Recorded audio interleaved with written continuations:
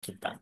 Yang mana insya Allah pada malam hari ini akan disampaikan oleh Ustadz Solahuddin Al-Ayyubi, SHI, ME, dari Ambasador Dompet Duafa 2025. Ya, sekilas profil beliau, Ustadz Solahuddin Al-Ayyubi, SHI, ME, seorang akademisi, peneliti, dan dai muamalah. Lahir di Bogor 26 April 1991, menempuh pendidikan S1 di Unida Gontor, S2 di Institut Tazkiyah. Pengalaman beliau alhamdulillah berlimpah menjadi pengisi di majelis-majelis taklim di Jabodetabek, di Jakarta maupun di tempat-tempat lainnya. Dan juga beliau menjadi peneliti di Bank Indonesia, Dai Muamalah di Koperasi Syariah BMI, penyuluh agama Islam Kemenak Kabupaten Bogor, dosen luar biasa agama Islam Tazkiyah, dan juga Dai Ambasador Dompet Duafa 25 di Australia. Jadi beliau baru kembali dari Australia dari di bulan Ramadan kemarin. Aktivitas beliau juga bisa diikuti melalui media sosial ya. Ada YouTube, ada Dai Muamalah Channel, bisa dilihat di sana kegiatan-kegitaan dakwah beliau. Beliau juga menulis buku Fikih Makosid Syariah, Teori dan Praktek. Baik, tanpa berpanjang kalam, kita akan berikan ke kesempatan waktu kepada Ustadz Solahuddin Al-Ayyubi untuk menyampaikan materinya. Kepada Ustadz Solahuddin Al-Ayyubi SIME, kepada beliau kami persilahkan. Silakan Ustaz. Baik, terima kasih Ustaz. Bismillahirrahmanirrahim. Assalamualaikum warahmatullahi wabarakatuh. Alhamdulillahirabbil alamin wassalatu wassalamu ala asyrofil anbiya'i wal mursalin Sayyidina Muhammadin wa ala alihi wa sahbihi ajma'in amma ba'du. Alhamdulillah, puji syukur kehadirat Allah Subhanahu wa taala yang telah melimpahkan beribu-ribu nikmat di atas muka bumi ini. Di antaranya adalah nikmat pertemuan kita di malam hari ini. Salawat beserta salam semoga tetap tercurah kepada junjungan kita, suri tauladan kita, Nabi besar Muhammad Sallallahu Alaihi Wasallam, pada keluarganya, para sahabat, pada para pengikutnya yang mengikutnya dengan baik sampai hari kiamat. Hadirin jamaah sidang kajian fikih kurban yang saya hormati, pada kali ini insya Allah kita akan belajar bersama mengenai fikih kurban, keutamaannya, dampaknya, ketentuannya, serta apa yang bisa membuat kita lebih dekat kepada Allah Subhanahu wa taala. Tanpa mengurangi rasa hormat saya, terima kasih atas kepercayaannya pada Dompet Duafa, Ustadz Awang, Ustadz Rahmat, pada tim di Cordova, kemudian ada jamaah di KJRI Davao, Masjid Al-Ikhlas, dan para mitra yang juga turut hadir pada kajian pada malam hari ini. Hari ini kita akan bersama menggali, belajar bersama ibadah kepada Allah dalam rangka mendekatkan diri kepadanya dalam wasilah thalabul ilmi dan ibadah pada malam hari ini. Baik, kita mulai dari awal. Kita akan membahas beberapa pembahasan pada kajian fikih kurban malam ini. Yang pertama, kita akan gali tentang pengertian kurban.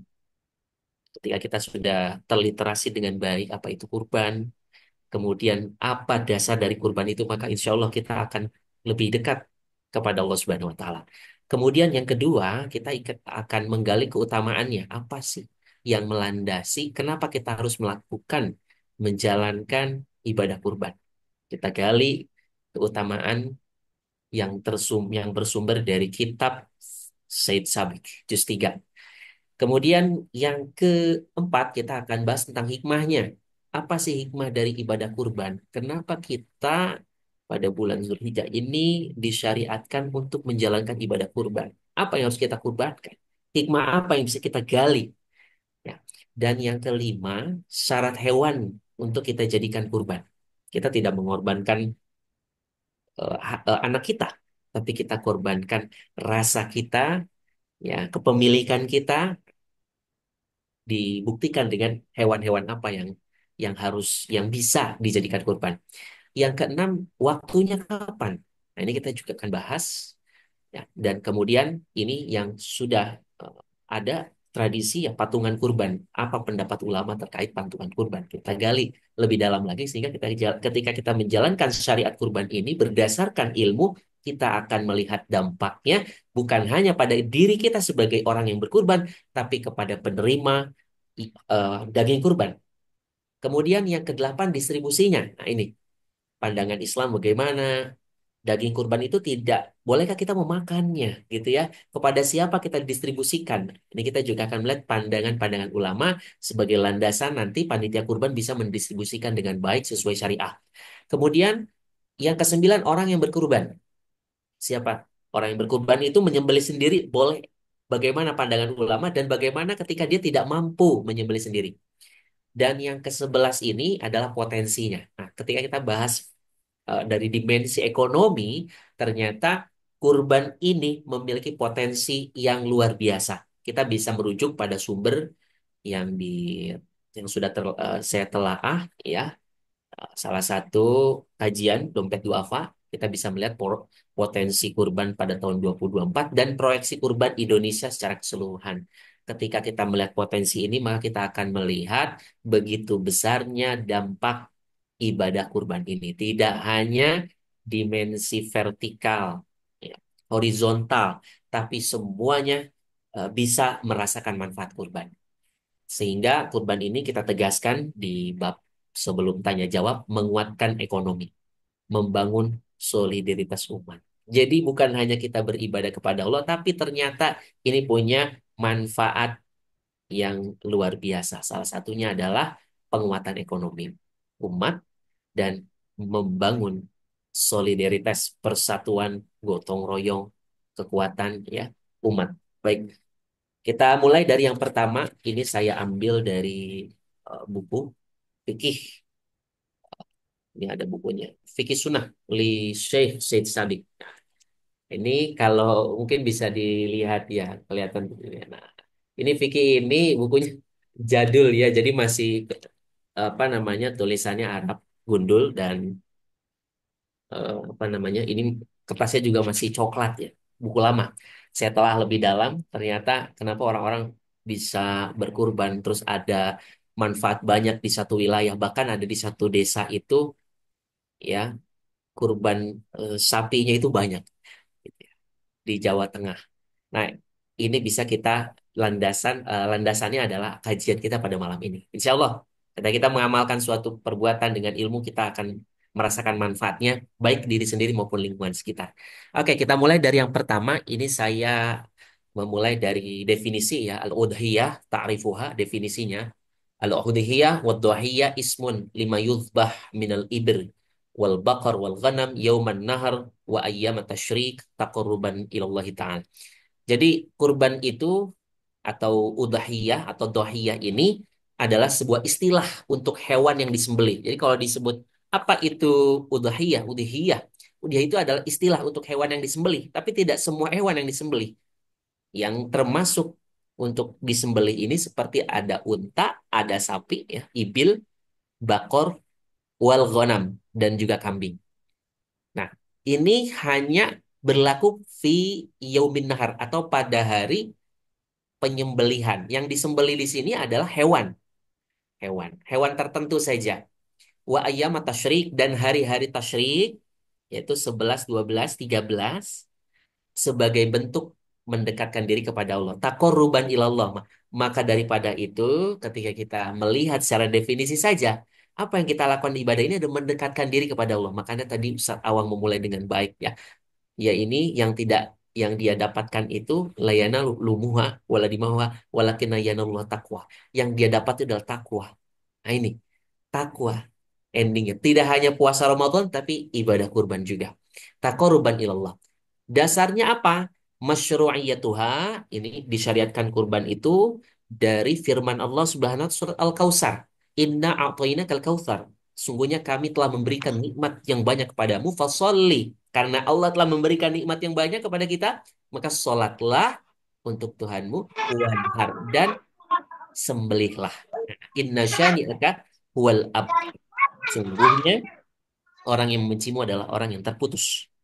Nah, dialah yang terputus dari apa? Dari rahmat Allah Subhanahu wa taala. Oleh karena itu, Dasarnya secara Quran jelas surat Al-Kautsar, dan bukan hanya itu juga, yang kedua yang mendasari ibadah kurban ini adalah surat Al-Hajj ayat 36.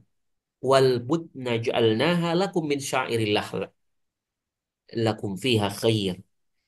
Dan unta-unta itu kami jadikan untuk kamu sebagai syiar-syiar Allah. Jadi unta itu dijadikan Allah untuk syiar, syiar Allah, kebesaran Allah. Bagi kamu padanya terdapat kebaikan. Di dalamnya terdapat kebaikan. Sehingga ini menunjukkan ya syariat kurban. Adanya syiar-syiar Allah Subhanahu wa taala untuk kita semuanya. Dan wan nahr di sini, wan nahruna huwa dzabhul udhiyah. Jadi penyembelihan ya, an-nahr itu yang disembelih adalah penyembelihan hewan kurban, bukan penyembelihan manusia, bukan. Tapi di sini adalah hewan kurban al-udhiyah. Dan bukan hanya itu saja, dalil yang melandasi ibadah kita ini adalah wasabata annan nabi, telah pula diriwayatkan, ditetapkan bahwa Nabi SAW doha. Nabi sendiri menyembelih, berkurban. Wadohal muslimun. Demikian pula kaum muslimun. Jadi bukan hanya Nabi saja, kaum muslimun di zaman sebelum kita mereka berkurban. Wa ajma'u ala dhalik. Dan kemudian mereka bersepakat, ijma, konsensus, melakukan kesepakatan atas ibadah tersebut. Itu ibadah kurban. Menjadi landasan kita nih untuk berkurban. Jadi nggak perlu khawatir lagi apa yang harus kita lakukan pada hari Idul Adha adalah berkurban. Yang kita kurbankan bukannya bukan anak kita, ya, bukan keluarga kita, tapi adalah sifat-sifat kita dibuktikan dengan mengeluarkan materi kita untuk membeli hewan-hewan kurban yang tadi disebutkan dalam rangka mendekatkan diri kepada Allah Subhanahu wa taala. Ini kita sudah mengerti secara jelas definisinya, kita lanjut ke utamaannya. Oke, fadluha, keutamaannya apa? Keutamaannya sebagaimana diriwayatkan Ruwiya At-Tirmidzi an Aisyah an Nabi sallallahu alaihi wasallam qala ma amila Adam min amal yaumin nahar ahabu ilallah min ihraqid dam. Innaha lata'ti yaumal qiyamah biquruniha wa asy'ariha wa adlafiha. Wa inad dam la yaqa minallah bimakan qabla ay yaqa 'alal ard. Fatibu biha nafsuha. Fatibu biha nafsah. Di dalam hadis ini dijelaskan bahwa tidak ada amal anak Adam pada hari penyembelihan atau pada hari Idul Adha itu ya yang lebih dicintai. Ini saya garis bawahi, diwarna kuningkan di sini sebagai penekanan. Tidak ada satu amalan yang lebih dicintai Allah pada hari Idul Adha nanti kecuali hanya ahabillah min ihraqid dam, yaitu adalah menumpahkan darah hewan kurban. Itu. Jadi kita menyambut hari besar setelah Idul Fitri ada Idul Adha. Pada saat itu kita diminta untuk melakukan satu amalan yang dicintai oleh Allah Subhanahu wa taala. Yaitu apa? Menumpahkan darah hewan kurban. Ihraqud dam. Kenapa? Innaha lata'ti yaumal qiyamah. Sungguhnya ia hewan kurban yang kita keluarkan bikuruniha wa asy'ari wa dhulafia.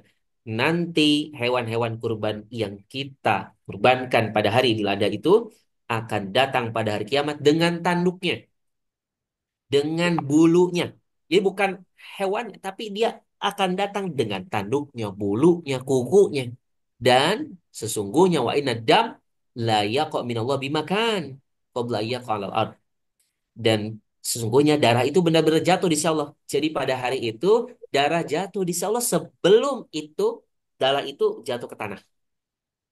Jadi kita sudah mendapatkan pahalanya di sisi Allah Subhanahu wa taala.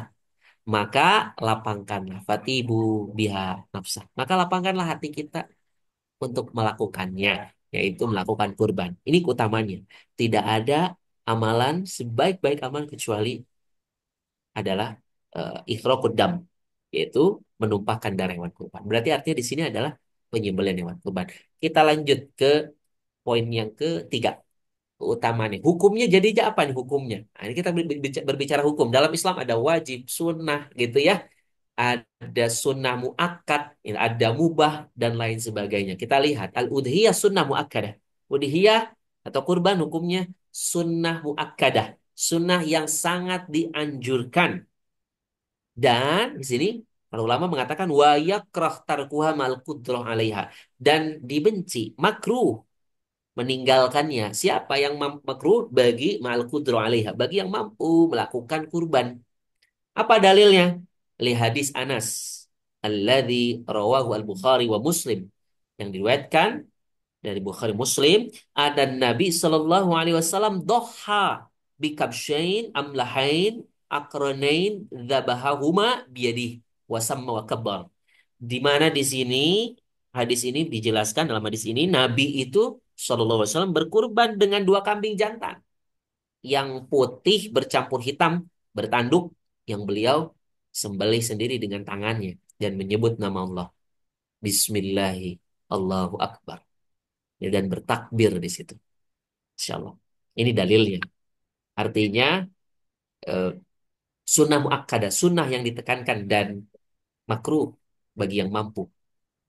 Pada saat itu kondisinya mampu, ya maka kita dianjurkan untuk menyembelih hewan kurban. Waruya Muslim an an Salamah an Nabi sallallahu alaihi wasallam qol, idza ra'aitumul hilal dzil hijjah wa arada ahadukum an yudhhiya falyumsik an sya'rih wadfarih. Dan diriwayatkan oleh Muslim dari Ummu Salamah bahwa Nabi SAW bersabda, jika kalian melihat hilal bulan Sabit atau bulan Zulhijjah dan salah seorang dari kalian ingin berkurban, maka hendaklah ia menahan diri dari memotong rambut dan kukunya. Sunnahkan bagi kita yang hendak berkurban untuk tidak memotong rambut dan kuku kita. Maka sabda beliau di sini kan ada kata ingin berkurban. Man aroda, ada kalimat aroda di sini, ingin.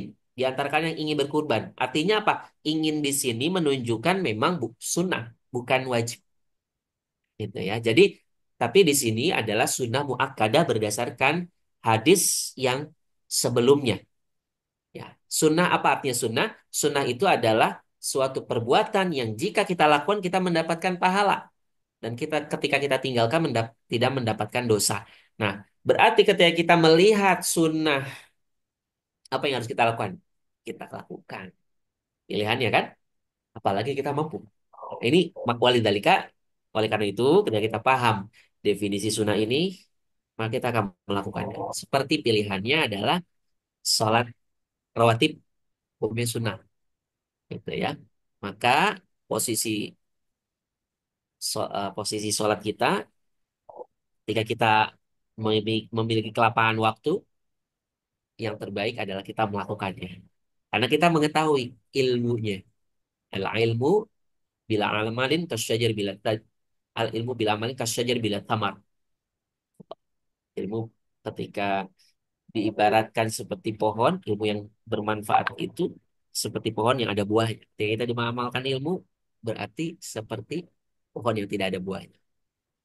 Oleh karena itu, kita perlu eh, mengamalkan ilmu dari definisi sunnah ini, dari definisi sunnah ini. Bagi siapa? Bagi yang mampu. Ma'al kudroh. Ma'al kudroh tarkuha makruh. Ma'al kudroh di situ garis bawahi makruh hukumnya ketika kita mampu untuk berkurban.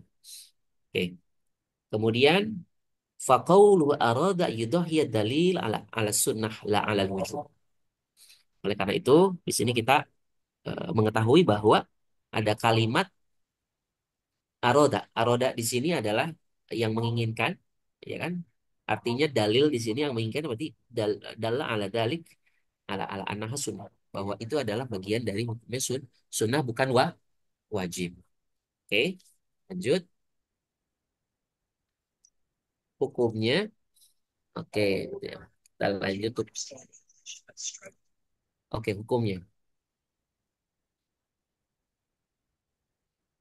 Waruya an Abi Bakar wa Umar annahuma kana liyudhiyani an ahlihima mukhafatan ayyara dzalika wajiban. Ini dasar yang saya jelaskan tadi, bukan wajib, bahwa Umar dan Ali, Abu Bakar dan Umar, dua-duanya tidak berkurban, tidak menyembelih untuk keluarga mereka. Kenapa? Karena mereka takut ketika mereka menyembelih kurban, para masyarakat, para sahabat pada saat itu melihat itu wajib. Nah, ini yang melandasi hukum kurban sunnah muakkadah. Nah, kemudian kapan disebut hukum kurban itu wajib? Mata tajib. wala tajib illa bi ahad amroin. Tidak wajib kecuali ada dua. Kalau kita seandainya melakukan nazar an yang liqauli Rasul, kita mengatakan nazar ya untuk melakukan ketaatan kepada Allah, maka kita harus melakukannya.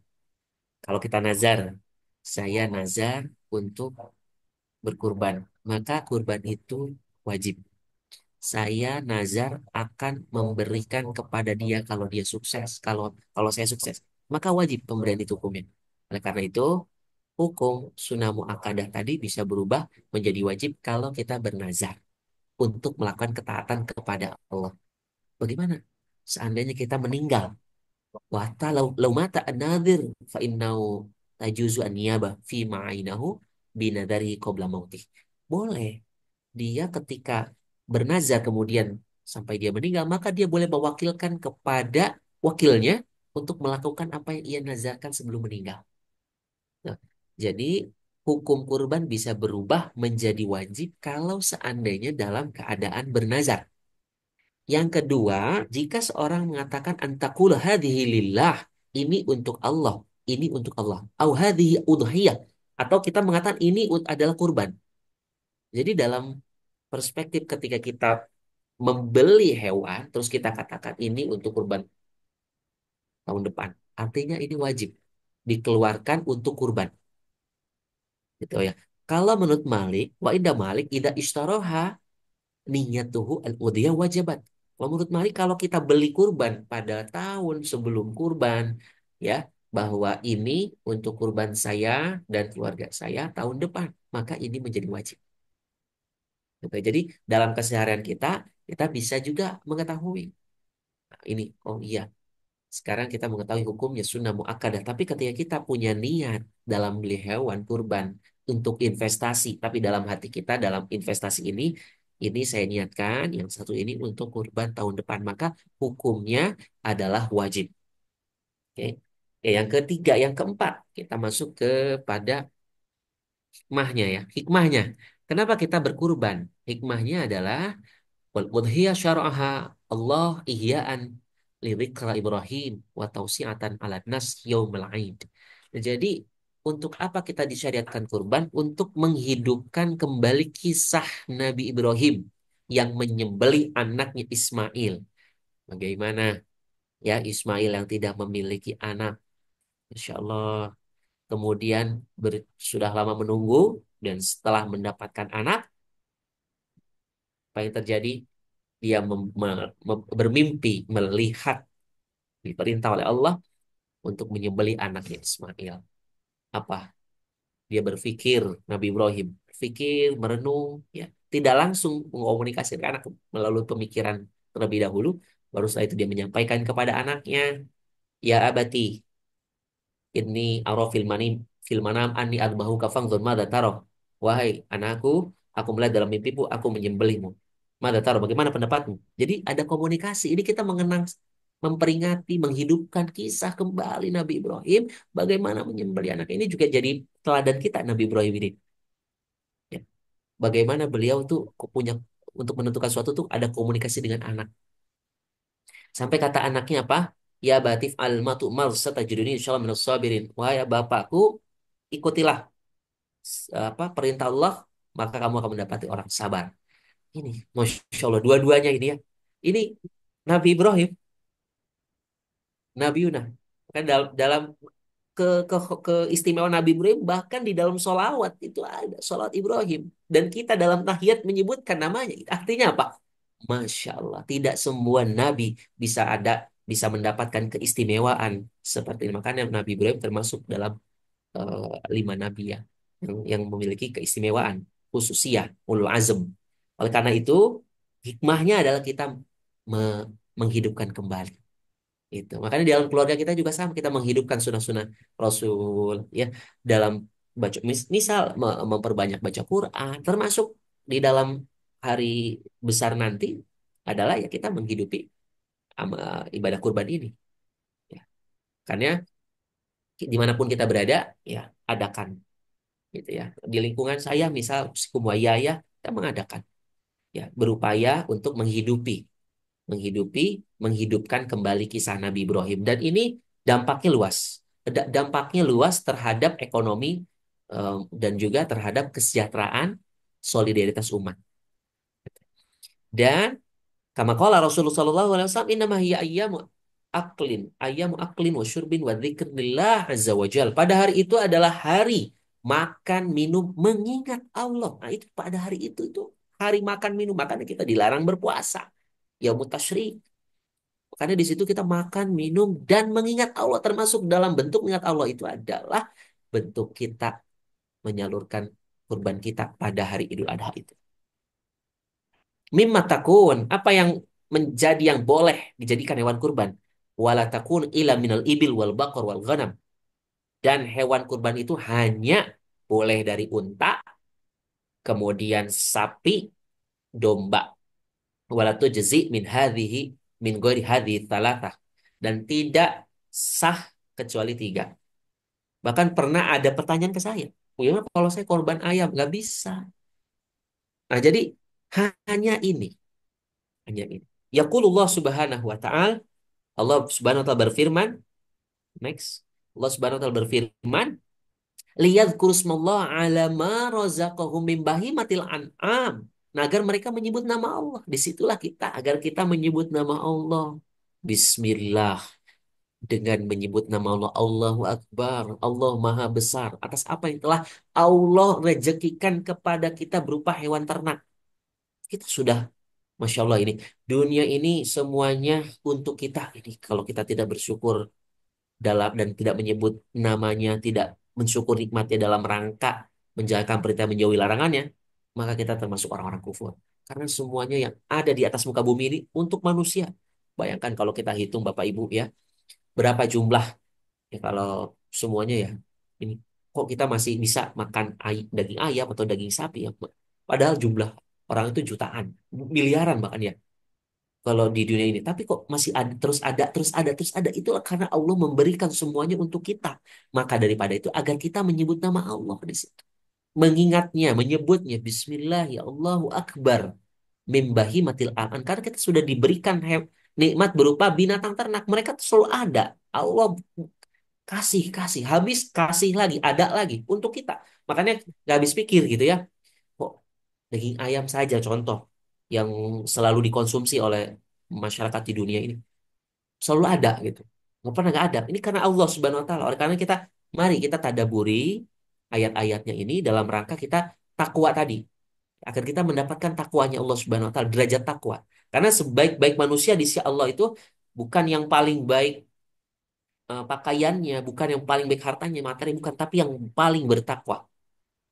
Oleh karena itu, ya, perlu kita pertegas di sini bagaimana kita apa namanya beribadah dengan landasan ilmu agar kita termasuk orang-orang yang mutabi, yang mengikuti, ya. Artinya mutabi itu adalah orang yang mengikuti suatu atas landasan ilmu, bukan bukan bukan taklid atau mukallid.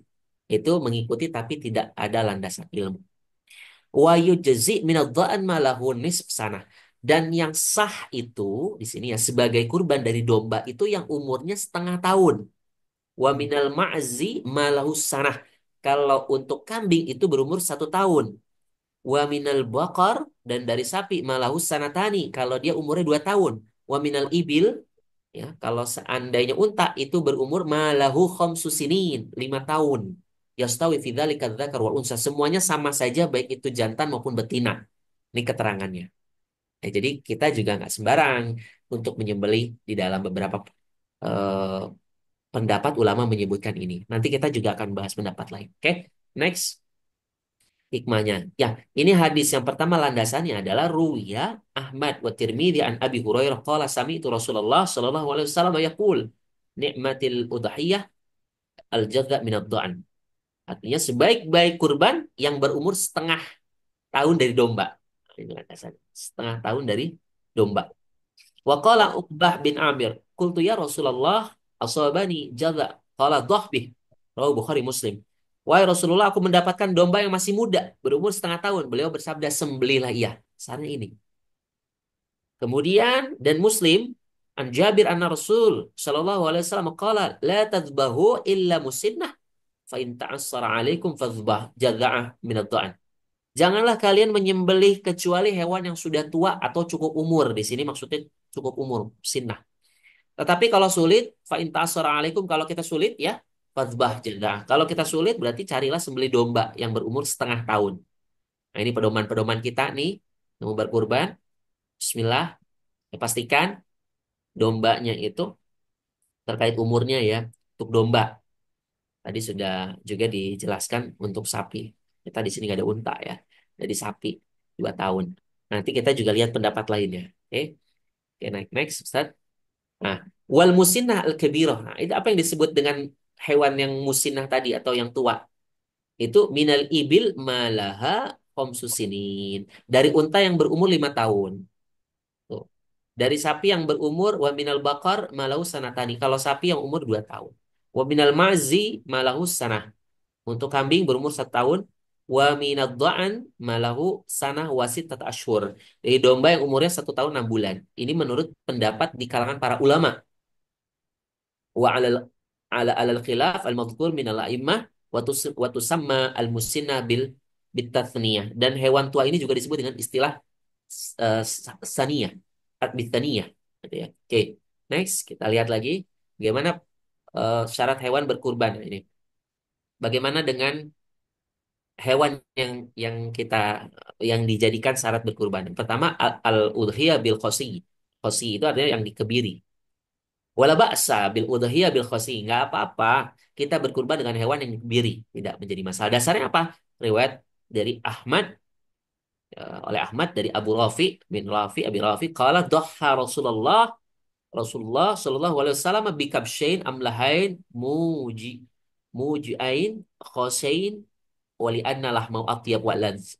Jadi beliau dari oleh Ahmad dari Abu Rafi Rasulullah SAW berkurban dengan 2 ekor domba yang putih berwarna campur hitam, keduanya dikebiri karena dagingnya lebih lezat dan lebih enak. Itu dasarnya. Yang nggak boleh apa? Malah yajuzu ayyudhhiya bih. Dan hewan yang tidak boleh dijadikan kurban itu satu. Yang pertama, wa min syurutil udhiyah as-salama minal uyub. Yaitu hewannya itu selamat dari cacat. Ya. Fala tajuzu al-khudiyah bil ma'ibah. Ya, tidak sah kalau berkurban dengan hewan yang cacat. Yang bagaimana yang cacat? Mitlu, yang pertama, al-marido al-bagin maraduha. Yaitu hewan yang sakitnya parah. Yang jelas sakitnya. Oleh karena itu perlu dilihat hewannya. Kalau sekarang di Indonesia itu ada integrasi ya kesehatan masyarakat itu dengan para penyembelih kurban itu. Oh, dilihat, dicek kesehatan hewannya, memungkinkan untuk dikurban atau tidak.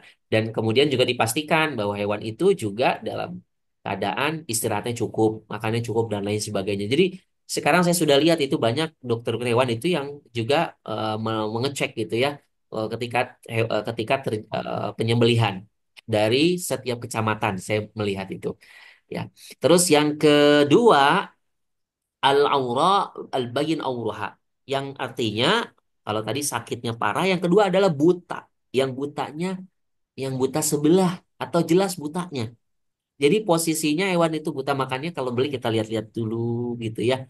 Ini kan kita mau beribadah, syarat itu artinya sesuatu ada padanya, kesahan itu ada padanya, tapi dia bukan bagian darinya. Itu syarat. Kayak kita wudhu. Wudhu itu menjadi syarat sah sholat, tapi bukan bagian dari sholat. Jadi kita penting dalam ibadah memperhatikan rukun dan syaratnya. Oleh karena itu, ketika kita berkurban, pastikan ini terpenuhi agar ibadah kita menjadi mabruroh atau diterima menjadi baik gitu ya. Kemudian fala tajuzu lalu dia al-aruja al-bayn dhal'uha, yaitu yang pincang dan nyata pincangnya. Nah, ini nyata pincangnya. Kita lihat nih, ya. Atau yang al-ujafa allati la tanfil. Artinya apa? Yang kurus, kurus kering sampai tidak ada sum-sum tulangnya. Itu juga tidak boleh. Kemudian rawu Tirmidzi. Wa qala hasan sahih. Ini ada sih hasan sahih. Ada lagi tambahan al-udhaba allati dhahaba aktsaru udhunuha au qarnuha. Atau ada lagi tambahannya yang telinganya atau tanduknya hilang sebagian. Telinganya hilang sebagian atau tanduknya hilang sebagian.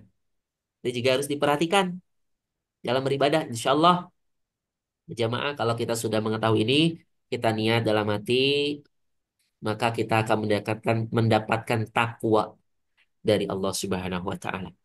Kemudian Rasulullah SAW bersabda ada empat hewan. Yaqulu Rasulullah SAW arba'a la tujzi'u fil adahi. Al-awra al-bain awruha, wal maridu al-bain maraduha, wal arja al-bain dhul'uha, wal ujafa allati la tanqi. Yaitu yang buta sebelah nggak sah, jelas butanya, yang sakitnya tak sakitnya, yang pincangnya tak pincangnya, dan kurus kering hingga tidak ada tumtum sulangnya, itu tidak kita bisa jadikan hewan kurban. Next. Kemudian yang berikutnya ini wayul haqu bihadi, dan termasuk yang tidak sah juga ini ada tambahan. Yang pertama al-hutama, yaitu hewan yang ompong giginya depannya, gigi depannya apa namanya tuh, copot misalnya, itu juga makanya kan di kalau kita lihat yang saya juga kemarin lihat dari kesehatan itu orang-orang tim-tim kesehatan itu dokter-dokter hewan itu melihat sampai turun dilihat tuh gigi-giginya dicek gitu ya. Berarti sejalan dengan ilmu kesehatan mereka juga mengecek itu gitu ya. Wal usama, yaitu hewan yang telinganya putus. Wal umaya wat tuala, ya artinya ada hewan yang buta total. Kemudian hewan yang linglung. Wal juroba alati kasuro jarubuha, yaitu yang selain tadi linglung ya, kemudian lemah nggak bisa berdiri gitu ya. Terkena penyakit kulit gatal yang parah itu juga nggak boleh. Jadi memang perlu dicek benar ya untuk hewannya. Kalau kita mempercayai pada seorang, kita pastikan hewannya itu mereka paham ini fikih ini gitu ya, yang membelinya. Oke. Adapun wala ba'sa bil ujama wal butara wal hamil wa ma khuliqa bi ghairi udhun au dhahaba nisf udhunihi au al aliyatah. Adapun yang boleh dijadikan kurban ini pertama hewan yang bisu itu boleh. Ya nggak mengembek gitu ya, boleh. Hewan yang ekornya pendek boleh, yang buntung ekornya boleh. Hewan yang sedang hamil atau bunting boleh gitu. Hewan yang diciptakan tanpa telinga misalnya boleh, atau hilang setengah telinganya boleh, ekornya hilang juga boleh. Namun di sini ada namun ya, wal wal asah inda syafi'iyah la tajzi maqtu'ah aliyata wal wadara li fawati juz'i ma'kul wa kadzalika maqtu'uz. Artinya di sini menurut Imam Syafi'i ya, pendapat Imam Syafi'i yang paling sahih dalam masalah itu tidak sah berkurban dengan hewan yang ekornya atau ambang ambing susunya itu putus. Itu menurut Imam Syafi'i yang paling benar, itu menurut beliau itu tidak boleh kalau hewan ekornya atau ambing susunya putus, karena itu dianggap kehilangan bagian dari yang biasa dimakan. Jadi kalau misalnya ada bagian yang bisa dimakan terus hilang, menurut Imam Syafi'i itu tidak benar, itu tidak sah. Jadi kalau bisa kita cari yang memang tadi yang tidak jelas, ya yang terhindar dari aib-aib yang tadi dibacakan ya, penyakit-penyakit ya, kekurangan-kekurangan tadi. Dan Imam Syafi'i berkata, qala Syafi'i la nahfad anin Nabi sallallahu alaihi wasallam fil asnani syai'. Imam Syafi'i berkata bahwa kami itu tidak mengetahui adanya riwayat yang sahih dari Nabi SAW tentang batasan usia hewan untuk kurban. Nah, itu menurut Imam Syafi'i. Kalau tadi kan kita jelaskan hikmahnya, kemudian batasan umurnya gitu ya. Tapi menurut Imam Syafi'i dijelaskan di sini beliau tidak mengetahui ya, mengetahui adanya riwayat yang sahih dari batasan tentang umur atau usia hewan untuk kurban. Oke, kemudian yang keenam, waktunya kapan? Waktu dzabhi wa yashtaratu fil udhiyah alla tadhbah illa ba'da tulu'i syams wa min yaumil 'id wa yamurru minal waqt qadra ma yusalli al-'id wa yashahu dzabahuha ba'da dzalika fi ay waqtin yaumun minal ayyam ats-tsalatsa fi lail au nahar. Jadi kalau dalam penyembelihan itu hanya boleh di waktu setelah ya matahari itu terbit pada hari raya Idul Adha. Terbit matahari sholat Idul Adha boleh.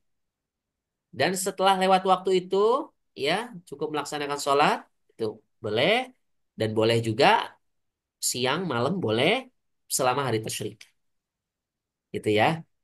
Wa yakhruj al-waqt bi inqidha'i hadhil ayyam, dan setelah itu penyembelihannya berakhir dari hari itu. Jadi di 3 hari itu, gitu ya. Makanya kadang-kadang ada tuh yang di satu masjid menyembelih ya sampai 1 hari selesai itu semuanya. Ada juga besok karena saking banyaknya bisa jadi besoknya sampai 3 hari. Nah, ini tadi hikmahnya apa tadi? Disitulah hari makan, minum dan banyak mengingat Allah. Nah, itu tiga itu mengingat Allah dalam hal apa di sini? Ya tidak ada perbuatan yang paling disukai yaitu ikhraqud dam, mengalirnya darah hewan itu penyembelihan itu berkurban. Kemudian di sini dijelaskan fa'an al-Barra radhiyallahu anhu anna Nabi sallallahu alaihi wasallam qala inna awwala ma nabda'u bihi fi yaumina hadza an nusalliyah. Oke, bahwa diriwayatkan dari Al-Barra radhiyallahu anhu bahwa Nabi sallallahu alaihi wasallam bersabda sungguhnya amalan pertama yang kami mulai pada hari ini adalah sholat. Jadi pertama kali amalan yang pertama kali setelah waktu Idul Fitri Idul Adha itu adalah sholat. Ya, kemudian lanjut next. Setelah sholat apalagi amalannya? Setelah sholat tsumma narji fananhar. Kemudian kita kembali pulang, kemudian kita menyembelih hewan kurban. Menyembelih hewan kurban. Oh, faman fa'ala dzalika, barang siapa melakukan ini, faqad asaba sunnatana. Dan dia kalau melakukan itu berarti dia telah mengikuti sunnah kami. Wa man dzabaha qabla, kalau barang siapa yang menyembelih sebelum itu, ya sebelum terbit matahari, wah fa innama huwa lahmu qadamahu li ahli laisa minan nusuk fi syai. Maka kalau dia menyembelih sebelum terbit matahari berarti dia hanya daging biasa yang disuguhkan untuk keluarganya dan tidak termasuk ibadah kurban sedikit pun itu. Gitu. Jadi itu bukan bagian dari ibadah kalau seandainya disembelih sebelum matahari terbit pada hari Idul Adha. Ada misal hewan itu apa namanya?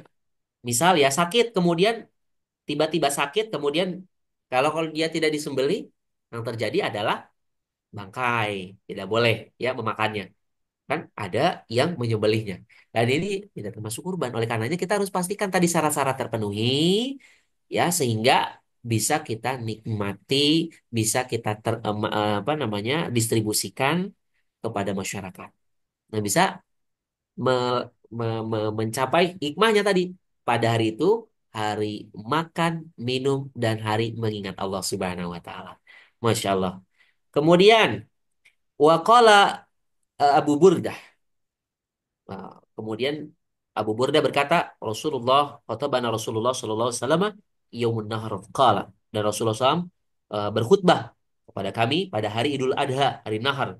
Lalu beliau bersabda, "Man shalla salatana wa wajjaha qiblatana wa nasaka nasakana fala yadhbah hatta yusalliyah." Barang siapa yang sholat seperti sholat kami, menghadap kiblat kami, menyembelih kurban seperti kurban kami, maka janganlah ia menyembelih sebelum ia sholat. Jadi jangan sampai menyembelih sebelum dia sholat. Waktu. Jadi semuanya ada waktunya. Masya Allah. Ada masyru, ada dalilnya, ada syarat hewannya, ada hikmahnya, ada juga waktu penyembelihannya. Next. Oke. Ruwiya Syaikhani.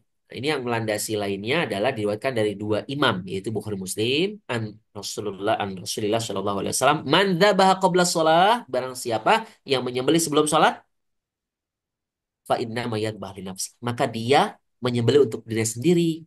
Wa man dzabaha ba'da shalah, kalau dia menyembelih setelah salat ya wa ba'da khutbatain, dan setelah dua khutbah faqad atamma nusuku wa asaba sunnatal muslimin, maka dia telah menyempurnakan ibadah kurbannya dan dia telah mengikuti sunnah kaum muslimin. Masya Allah, kita bersama kaum muslimin bersama sahabat mengikuti sunnahnya. Masya Allah, ya tuh yang sempurna. Kemudian yang ketujuh, patungan. Ini banyak juga pertanyaan, bagaimana dengan patungan kurban ya. Kifayah udhiyah wahidah an al bait al wahid, Jadi cukup satu hewan kurban untuk satu rumah tangga. Jadi ketika kita menyembelih satu kambing, dapat pahala ke semuanya, dapat keutamaannya, dapat amalan yang dicintai Allah pada hari itu, gitu ya. Ketika kita menyembelih satu ekor sapi, dapat semua anggota keluarga pahalanya. Walaupun atas nama misalnya suaminya, tahun depan atas nama istrinya, tahun depan atas nama anaknya. Tapi anak istrinya pada tahun itu tidak berkurban, dia dapat pahalanya. Gitu ya. Jika seorang berkurban, idza dohal insan bisyatin minad do'an awil ma'az ajaz azta ah, anhu an ahli baiti. Maka ketika dia berkurban dengan seekor kambing atau domba ya biasa, maka dia telah mencukupi dirinya dan seluruh anggota keluarganya. Jadi dia telah mencukupi azta ya. Azta anhu dia sendiri dapat mencukupinya wa an ahli baiti dan keluarganya. Faqad kana ar-rajul minas sahabah dulu ya ada seorang sahabat Nabi radhiyallahu anhum semoga Allah meridhai mereka yudhi bisyat. Ceritanya mereka menyembelih dengan seekor kambing an-nafsih untuk dirinya wan ahli baitih dan untuk keluarganya ya fahiyah sunnah kifayah maka itu adalah sunnah kifayah atau sunnah yang mencukupi cukup summa ruwiyat Ibnu Majah wa Tirmidzi wa sahau anna Aba Ayyub qol kemudian Ibnu Majah dan Tirmizi meriwayatkan dan mensahihkan bahwa Ayub berkata apa itu kata Ayub kana ar-rajul fi ahdi Rasulillah waktu itu dahulu ada seorang laki-laki pada masa Rasulullah sallallahu alaihi wasallam ya yudahi bisyat anhu wa an ahli baitih dia menyembelih seekor kambing untuk dia dan keluarganya fayaqulun wa yat'amun hatta tabaha an-nas wasara kama tara maka ya keluarga mereka minum mereka makan darinya dari hewan itu hewan kurbannya dan mereka memberi makan kepada orang lain dari hewan kurbannya hingga orang-orang mulai saling berbangga-bangga maka jadilah seperti itu kalian lihat sekarang oke next itu kayak patung oleh karena itu ya jawazul musyarakah fil udhiyah boleh patungan dalam berkurban jawaz boleh tajuzul musyarakah fil udhiyah idza kalau seandainya idza kanat minal ibil awil bakar boleh berpatungan jika apa hewannya unta jika apa hewannya sapi kalau kambing nggak boleh atau watu jazi al bakar awil jamal an sab'ati ashkhas di sana juga ada petunjuknya satu ekor sapi atau unta mencukupi untuk 7 orang 7 orang tergantung harganya kalau mau lebih besar bisa lagi gitu kan setiap 7 orang oke kemudian idza kanu qasidina al udhiyah wa taqarrub ila Allah di situ ada garis bawahi boleh 7 orang itu jika mereka berniat berkurban mendekatkan diri kepada Allah boleh ya dari Jabir ia berkata, kami menyembelih bersama Nabi Shallallahu Alaihi Wasallam di Hudaybah, di Hudaybiyah.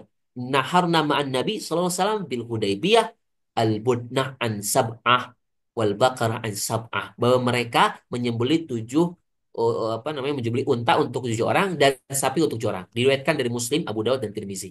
Ini dasarnya jawaz boleh untuk patungan berkurban. Tapi untuk hewan sapi dan unta. Kemudian next.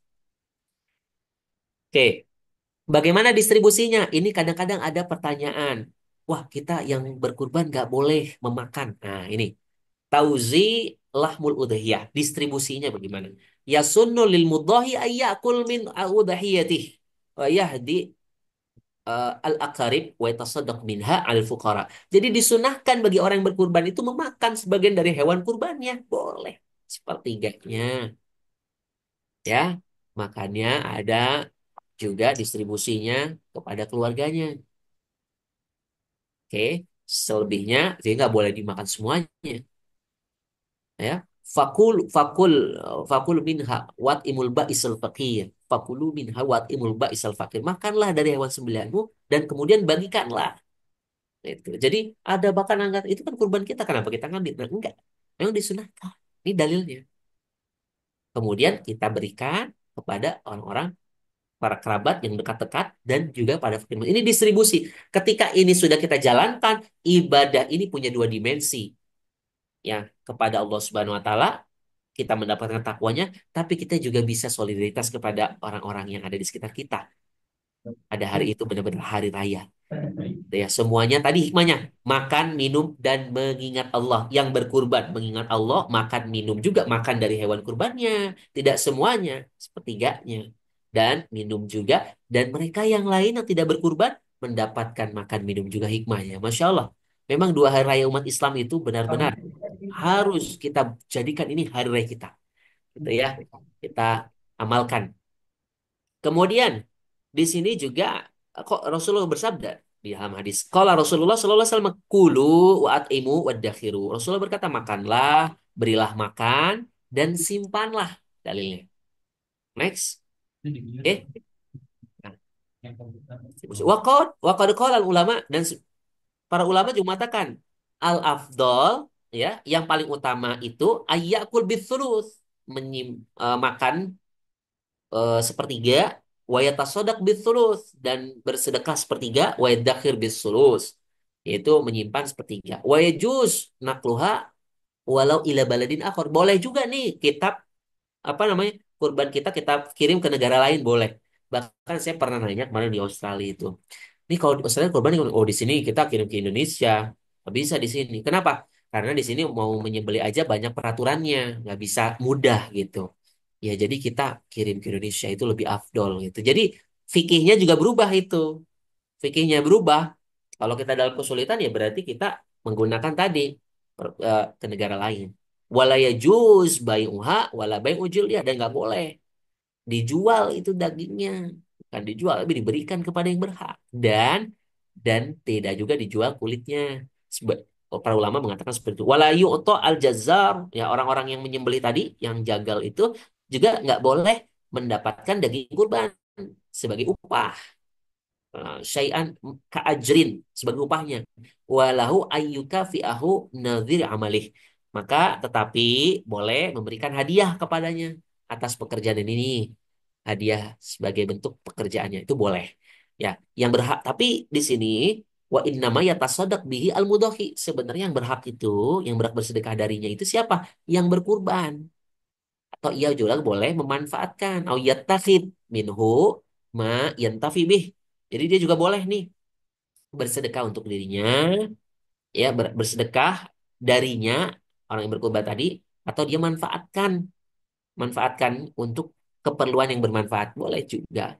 Indah Abi Hanifah bahkan menurut Imam Abu Hanifah itu boleh itu dijual tadi kulitnya. Biasanya kan ada nih orang-orang yang tukang yang biasa beli kulit itu dia boleh itu dijual ya, tapi nggak pakai apa namanya biasa harga, bukan untuk komersial ya.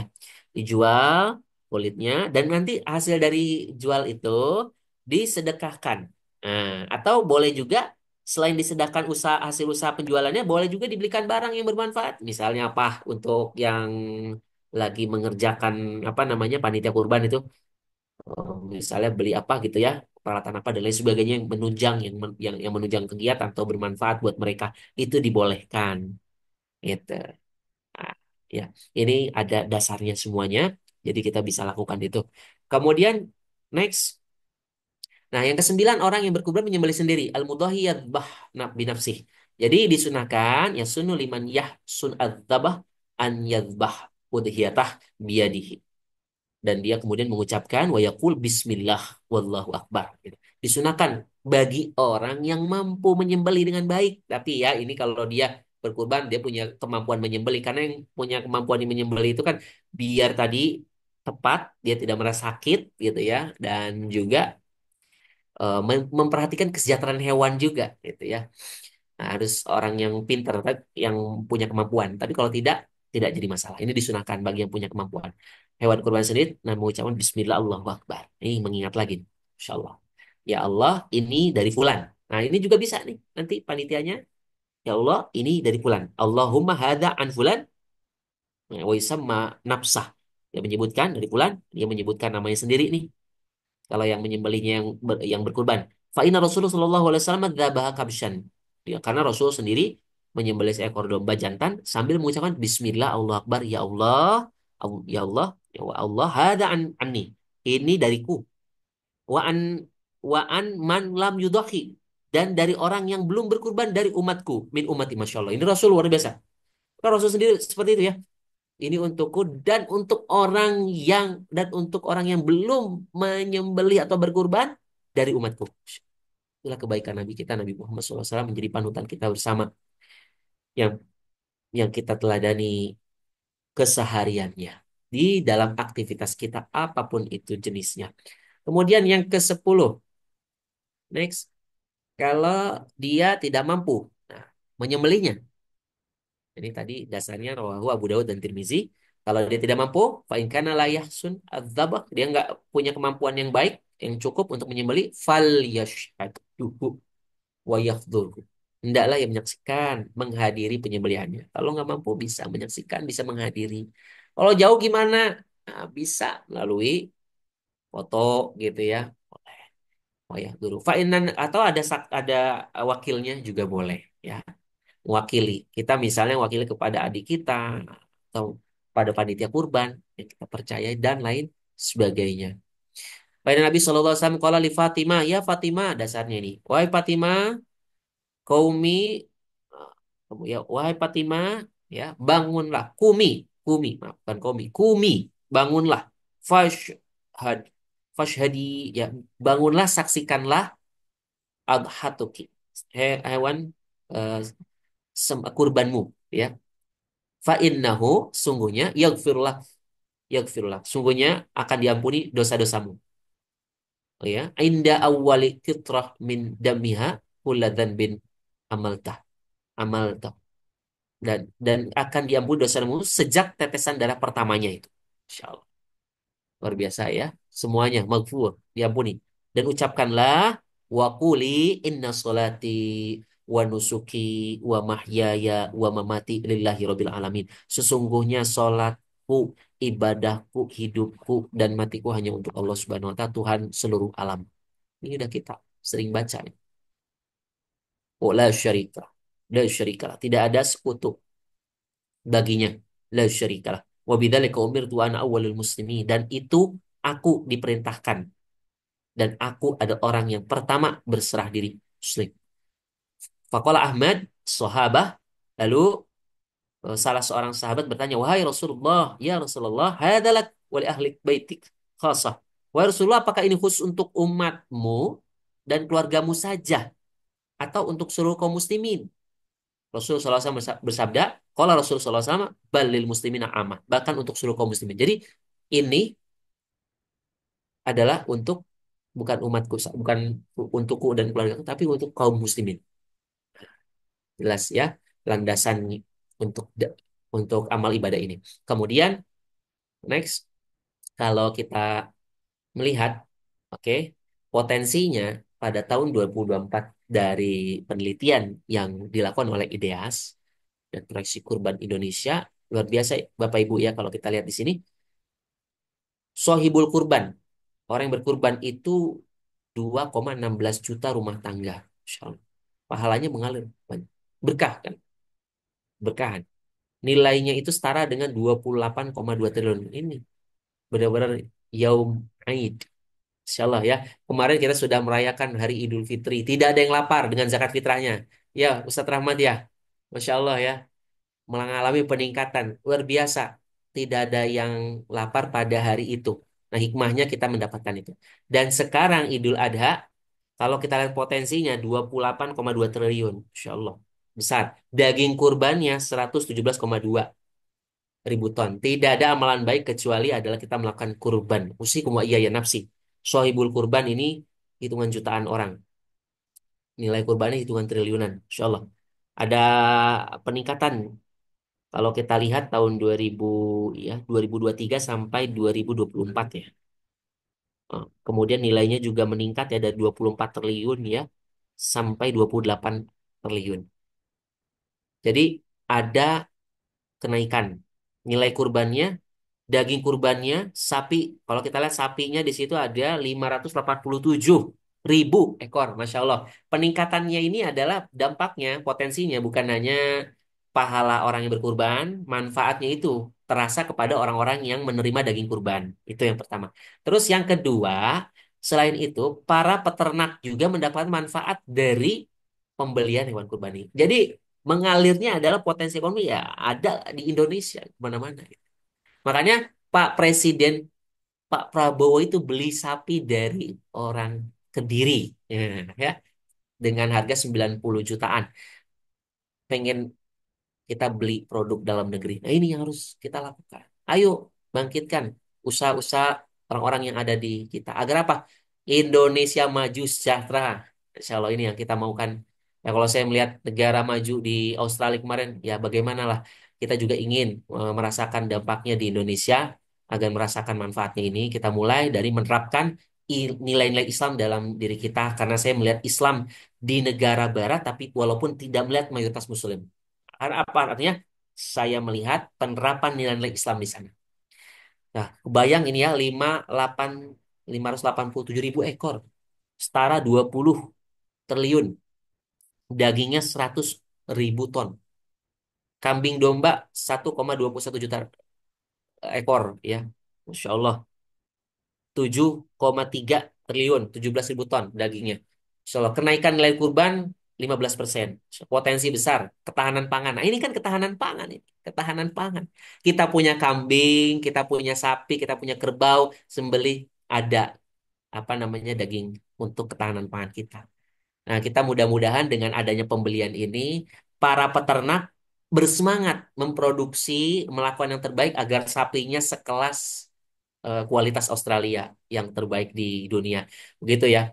Nah, ini kita dorong agar apa? Agar terjadinya keseimbangan karena nilai ekonomi Islam itu ada di syariat Islam. Salah satunya adalah di zakat, penerapan zakat ini ya dan pengharaman riba ini udah otomatis sih kalau kewajiban zakat ditegakkan, khud min amwalim, undang-undangnya secara tegas gitu ya. Jadi bukannya sukarela ya bersifatnya obligatori itu akan tercipta keadilan sosial saya yakin gitu ya.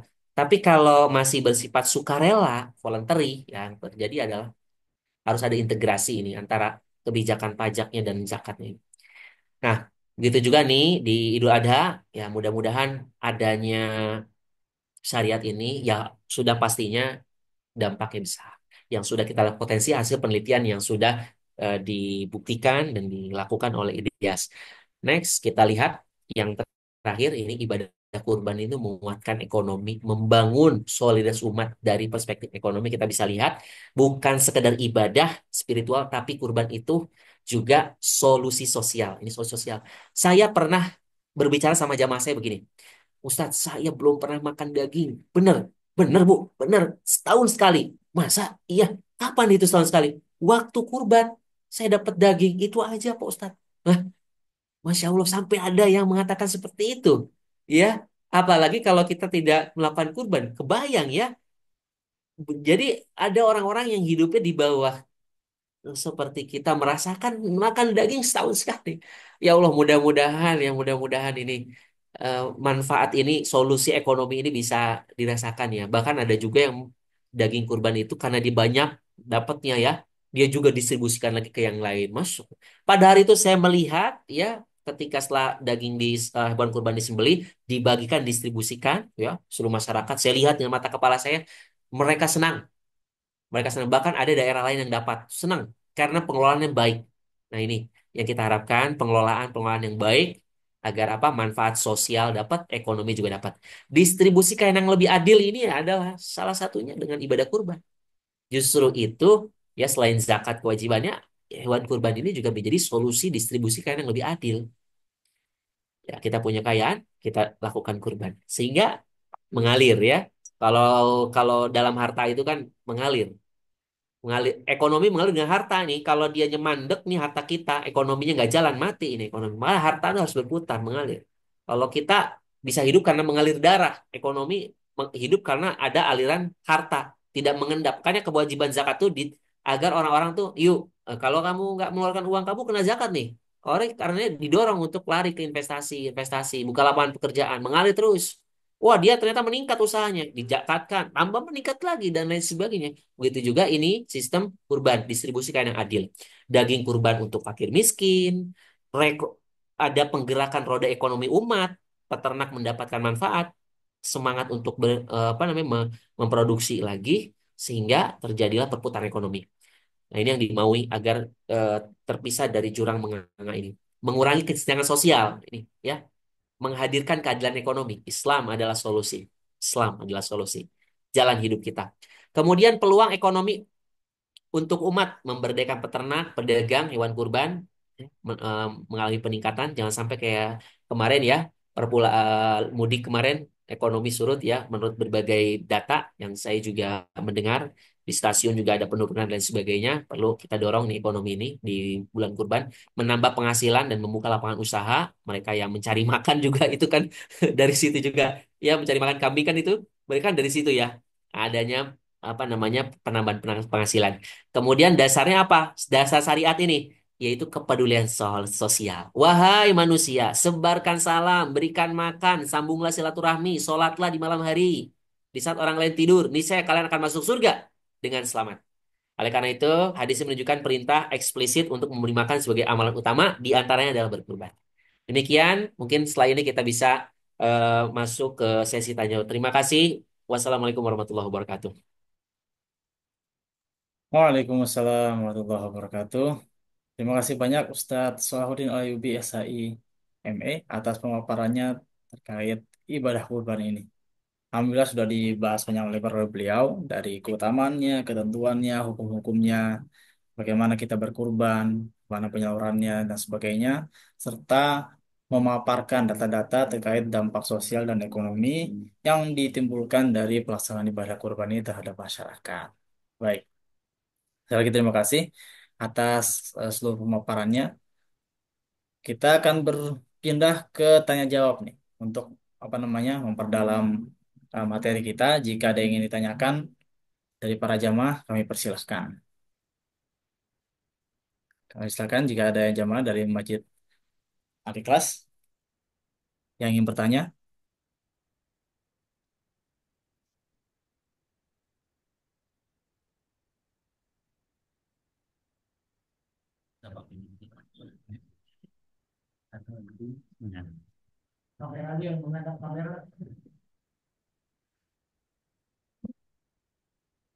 Assalamualaikum Ustadz. Waalaikumsalam, Bapak. Mangga, Bapak.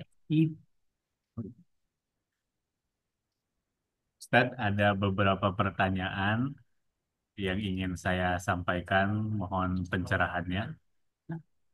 Yang pertama ini terkait sholat, pelaksanaan sholat Idul Adha, bahwa pelaksanaan Hari Raya Idul Adha 10 Zulhijjah ini jatuh bertepatan dengan hari Jumat.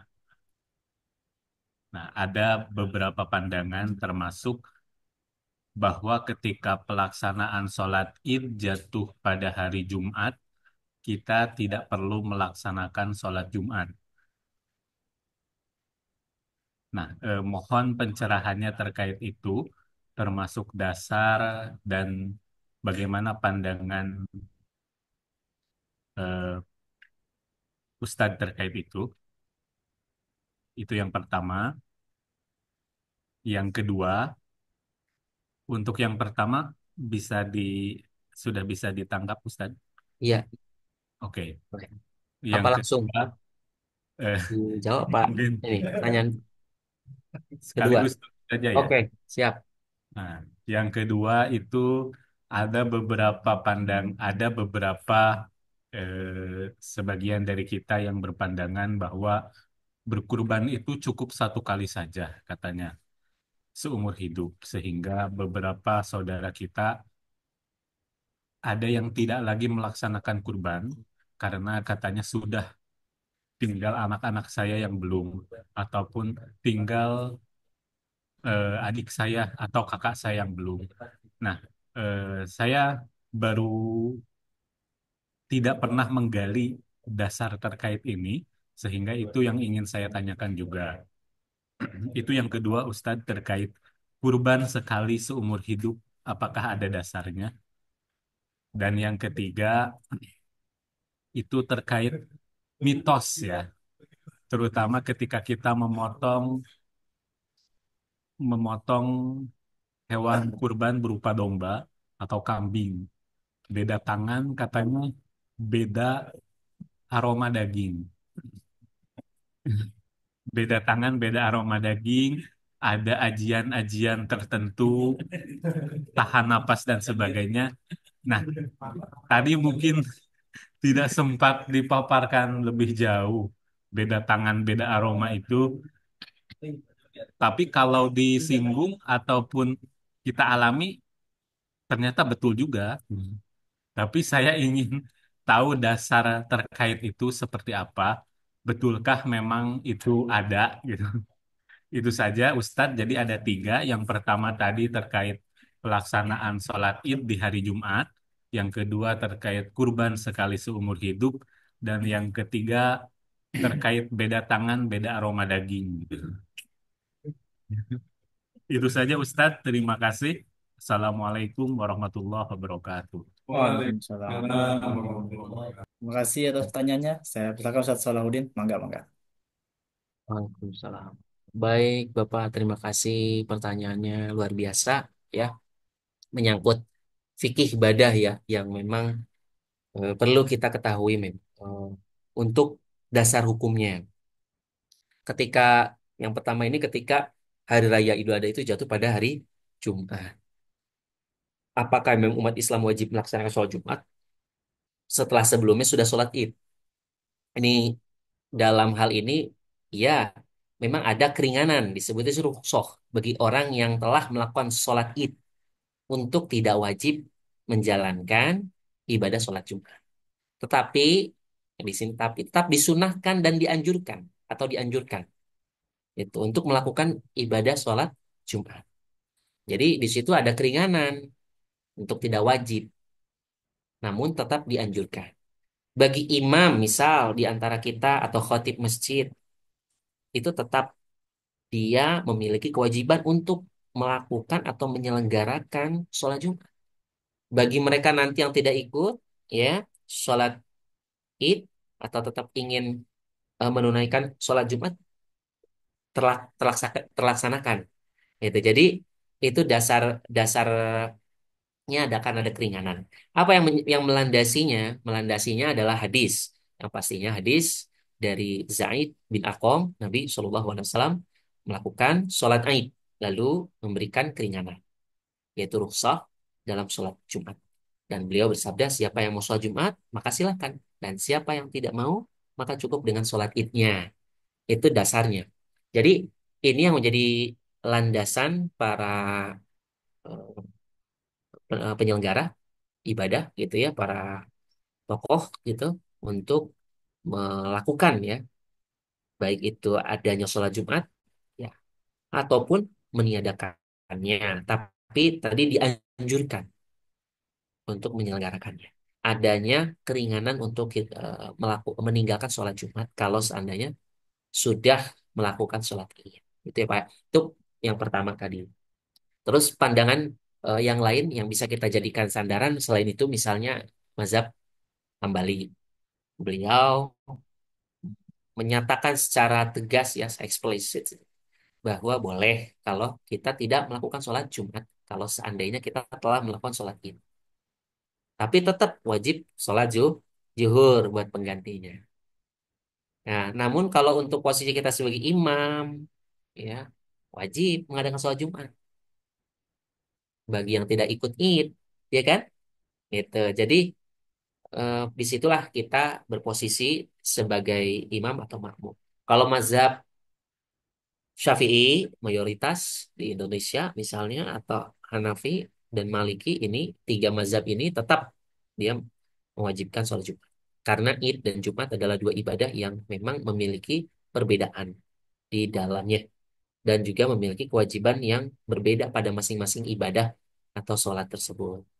Jadi tidak boleh meninggalkan Jumat karena telah sholat Id alasannya. Gitu ya.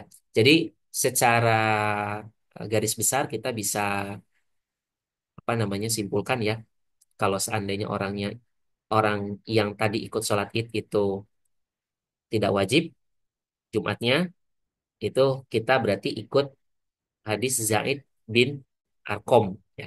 Kalau seandainya kita mengamalkan tetap ada dasarnya hadisnya.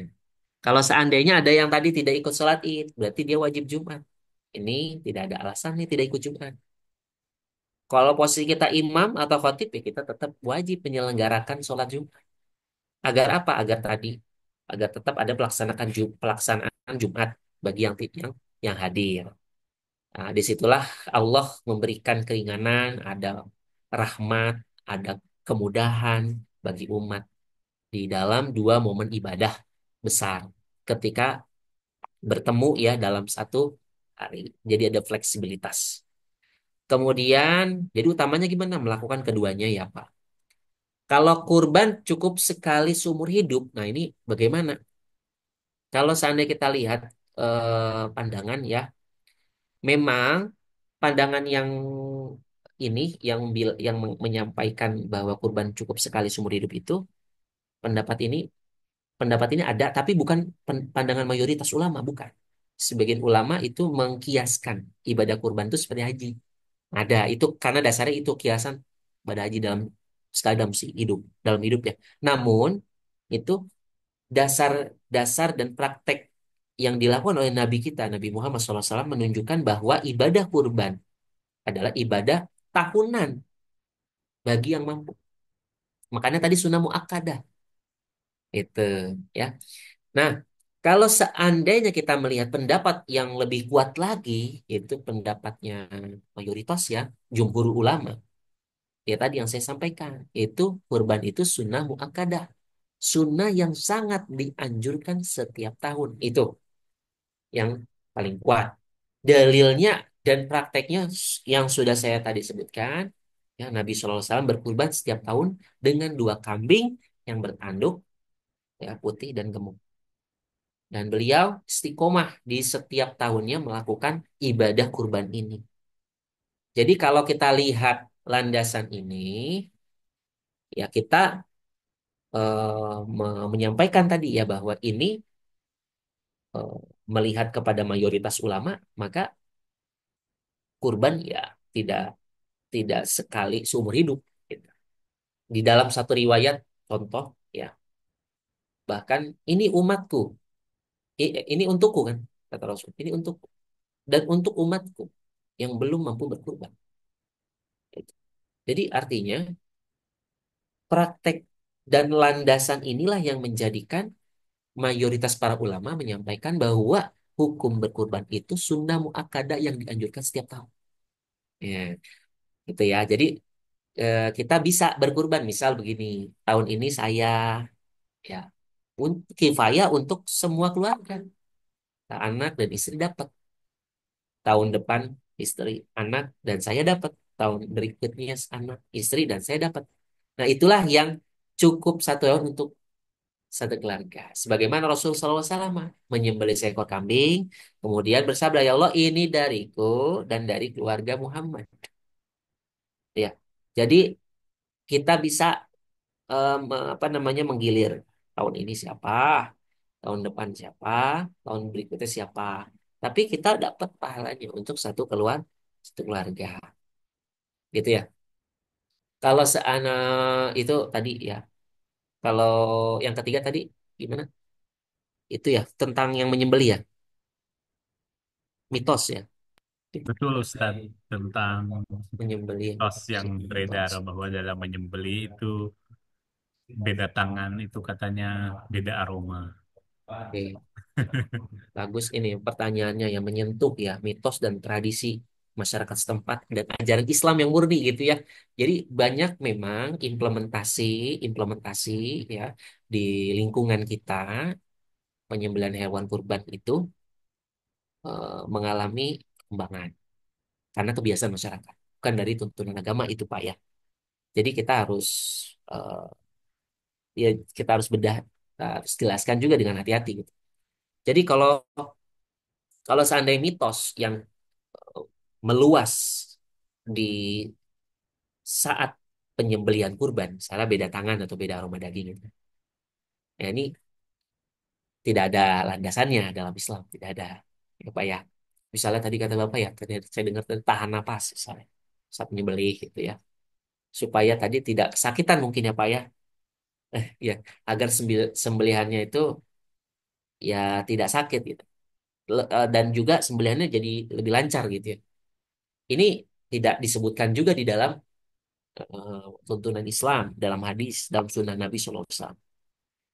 Dan memang apa namanya yang tadi disebutkan tidak ada. Dan misalnya tadi Bapak menyebutkan yang saya masih ingat ya, ada ajian ya, ajian mantra misalnya. Kalau menyembelih, bacaan-bacaan selain Bismillah, Allahu Akbar, Basmalah, Takbir gitu ya. Atau dengan bahasa lainnya yang dia mengerti. Ini juga tidak eh, sesuai dengan prinsip Islam. Takutnya nanti jatuhnya kepada hal-hal yang dilarang oleh agama. Jatuh kepada hal-hal yang dilarang oleh agama. Misalnya adalah meyakini kekuatan selain Allah Subhanahu wa taala. Karena uzubillah. Jadi harus memang kita penyembelih ya punya pengetahuan khusus yang pastinya yang harus menyembelih ya dia muslim, dia balik, dia berakal, dia tahu cara menyembelih syar'i itu gimana, yang boleh bagaimana. Bahkan ya, bahkan kalau bisa orangnya tidak fasik gitu ya, tidak meninggalkan sholat gitu ya. Jadi kalau kita merujuk kepada tuntunan syariah, kalau penyembelihan hewan ya salah satunya ya tadi tidak ada yang lain kecuali pengucapan Bismillah, Wallahu Akbar, Bismillah Allah. Terus juga pastinya pisaunya tajam ya, nggak boleh menyiksa. Karena kan diasah terlebih dahulu agar tidak menyakiti. Terus juga kalau menyembelih ya lehernya harus sampai putus saluran makannya, saluran pernapasannya, saluran pembuluh darahnya juga terputus.